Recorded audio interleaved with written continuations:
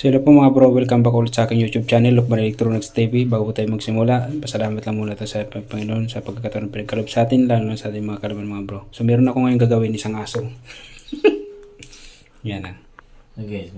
Nakikita niyo po yan guys. So pag yan ang nakita niyo sa daan, iwan ko lang sa inyo. Ay, merong German Shepherd dito. Ang laki po yan brad. Brad, mga bro, sobrang laki Yan. Sit. Ba? Ay, ayun, sit. Ang laki. Laki ng tiyan. Yun o. Ayan. So yun, balik tayo dito. So ang gagawin natin, isang automatic washing machine. Ang brand po niya ay Sharp. So ang problema po nito ay nag-i-error na iwan ang error po niya.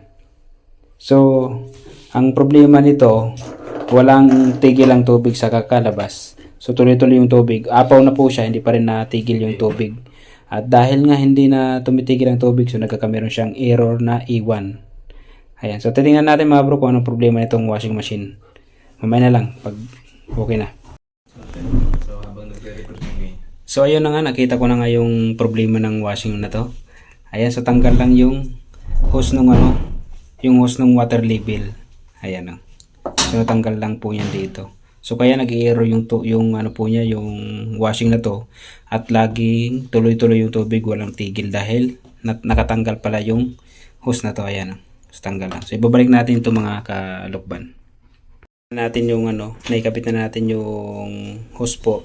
Tingnan natin kung mag-error pa siya. At tingnan natin kung titigil yung tubig. So takpan ko lang muna ito mga kalokban. At ayan na nga, sinusubukan natin yung washing kung lalabas pa yung error. At tingnan natin kung tutuloy-tuloy pa yung tubig mga kalukban. So titesting lang natin. So yan, papasok siya ng tubig. So ayan na nga, nag-wash na po siya, tumigil na yung tubig. Nilagay ko lang yung tubig na pinakamababa para mabilis tumigil. So ayan, wala na po error. Hanggang dito na po ating video. Maraming salamat po sa nanonood. Thank you.